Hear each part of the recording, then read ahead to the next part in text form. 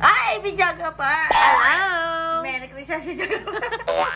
Ayan nga mga kabatang helmet. Today is the day nga, diba? Nalagpunta tayo sa PGH. So maraming salamat talaga sa mga sponsors and donors natin. Videographer! Yes, thank you po! At syempre kay Ma'am! Kung pwede ko na sabihin yung pangalan niya, pero maraming salamat po dahil ang dami pong pasayang mga newborn. Siyempre, diba, kailangan talaga ang diaper ng mga newborn, videographer. Kailangan yan. Kasi siyempre, alam ka namang maglinis pa, maglaba pa yung mga nanay. Lalo na kung bagong panganak, diba? At least yun, nakatulong pa mga diapers and ating mga tissue. Pero ito nga, videographer. Talagang naano ko naantig ako at napukaw ako nitong segment na to sa Showtime.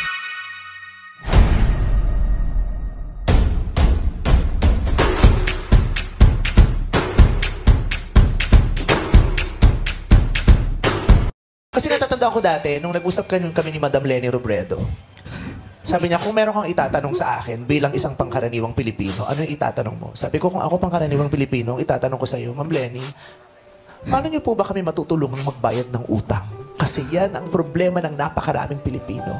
Paano kami makakabayad ng utang? Utang. Ang daming Pilipinong may utang at ang pinoproblema nila gabi-gabi ay kung paano sila makakabayad sa utang. Kung tatanungin po nila kayo, paano nyo ba sila matutulungan sa mga pinoproblema nilang utang ngayon?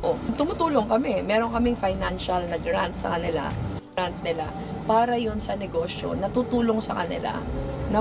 Yung income doon, pambayad doon sa utang. Isang comprehensive talagang programa para tulungan yung bawat pamilyang Pilipino na hindi siya nababaon sa kahirapan na hinaharap niya sa araw-araw. Diba, mga kabatang helmet, talagang si VP Leni, may plano at may programa talaga siya sa bawat Pilipino. Diba? Yan yung about sa utang, videographer. Kasi naungkat nga dyan, na ikwento nung contestant. Pero, dun kasi sa vlog ni Meme Vice, napag-usapan na nila yan, ni VP Leni, what if, diba? At yung mga realidad na sitwasyon ng mga Pilipino, yung about nga sa utang, diba? Totoo yan eh. Totoong nangyayari ang utang. Yes. Lahat naman tayo may utang, diba? Pero ayan nga, si VP Leni, meron na siyang solusyon dyan. At kung iisipin nyo mga batang helmet, magbabalik na raw tayo, yung about nga sa pagbibigay ng trabaho, yung sa PPE, during the pandemic mga batang helmet, talaga naghanap si VP Leni ng mga barangay, videographer, na magtatahi ng PPE para kahit pandemya nun, may kumikita pa rin. Kumikita pa rin ng pangkabuhayan. At nakakatulong. Diba? Hindi siya ayuda. Yes. Bibigyan mo ng trabaho. Kasi ito yung about sa sustainability. Hindi ito yung mga band-aid solution lang na. Sige. Yung mga short-term goal. Yan. Yun nga, yung ayuda nga na tinatawag. Pero ito, long-term ang gusto talaga ni VP Leni. Trabahong ibibigay. Diba mga kabatang helmet, talagang good vibes kapag ang balita natin, kay VP Leni, diba? Magbabalita din ako, simbang gabi na, videographer. Simbang gabi na po, inaanyayahan po namin kayong lahat. Simbang gabi na po sa Museo ng Pag-asa.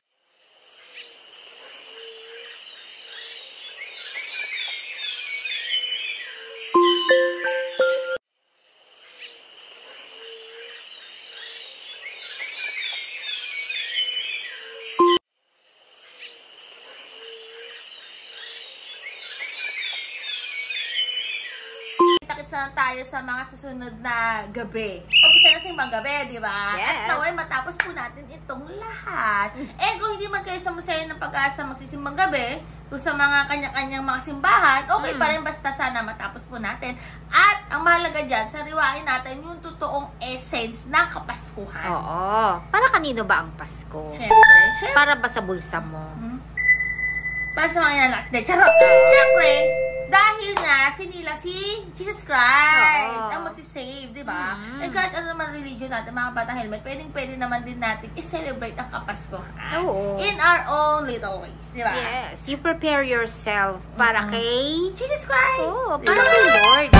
Para sa kapwa mo, maging mabuti ka, di ba? Tsaka, ang ano kasi dyan, dapat, yung paniniwala mo kay Jesus, sa puso yan. Sa puso Hindi yan. sa dadalang. Nakikita, nagra-radiate, diba? Kapartner din yan ng paniniwala mo sa politika. Gusto mo yung nagmumura.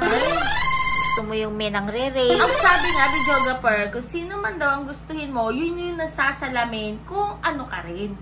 Diba? Alam nga, magpumili ka ng ganito. Hindi naman yun ang paniniwala mo. Bakit mo nga pipiliin yun?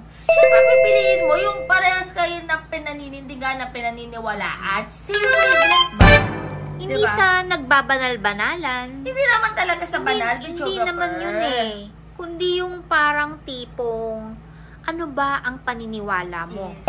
Magka-partner sa buhay. Magka-partner ba yung paniniwala mo sa Diyos at yung pagpatay sa tao? Uy magkasalungat yan. Magka-partner ba yung paniniwala mo sa Diyos, pagmamahal sa kapwa, at ang korupsyon? Ang korupsyon. Kaya ba yan, diba? Ang utos nga, diba? Ang 10 utos, video ka par. O, balik-balikan natin ang Old Testament. Naku, basta mga kabata, help ka gusto mo ang video to. Huwag kalimutan mag-subscribe at i-click ang notification bell para lagi ka updated sa lahat ng mga ina-upload po namin ni video ka par. At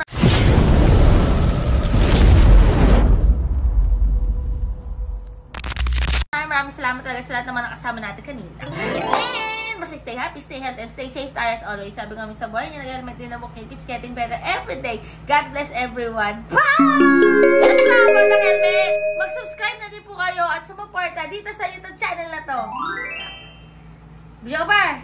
Earrogs Adventure. If gusto niyo yung mga adventure, mga camping, yung mga trekking, yan, video ka panoorin niyo po ang vlog na yan, panoorin niyo po ang YouTube channel yan. Kaya ayun mga batang helmet, nako, talagang good vibes na. Pero, hindi ka magiging good vibes or hindi ka makakaramdam ng good vibes kapag dumaan ka sa EDSA, lalo na sa Ortigas.